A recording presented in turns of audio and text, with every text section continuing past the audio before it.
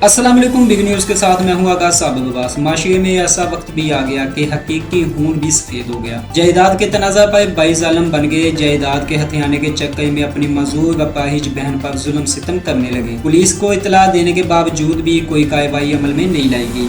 मज़ीद जानते हैं अपने नुमाइंदे अली खान की इस रिपोर्ट में। अस्सलाम वालेकुम, मैं हूँ आपका दोस्त अली खान। आप देख रहे हैं डॉट न्यूज़ का डे प्रोग्राम। आज हम बात करेंगे एक मुतासरा खातून से।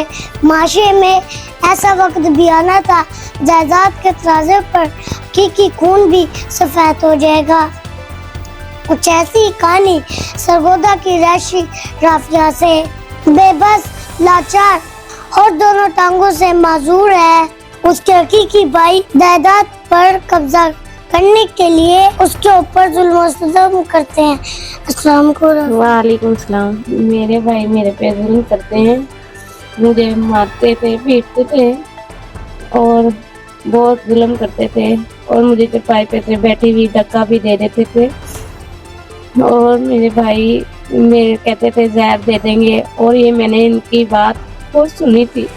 सारी बहनों को बुला के दावत करती तो वो जहर दे देंगे। इसलिए मैंने अपने बिनोइयों को बुलाया। मैंने कहा यह कहते हैं सारे बिनोइयों को वो जहर दे देंगे और तुम्हें मार देंगे और सारी जज़ात अपने नाम कर देंगे।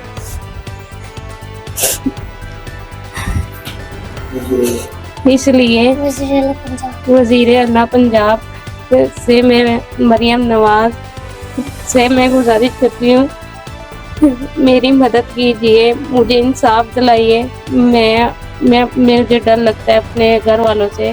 ओके जी, इनकी बात सुनी। माजूर राफिया का कहना था वज़ीर आला पंजाब मरियम नवाज साहिबा मुझे इंसाफ फराहम करें। कैमरामैन उमर खान के साथ अली खान, बिग न्यूज़ सरगोदा।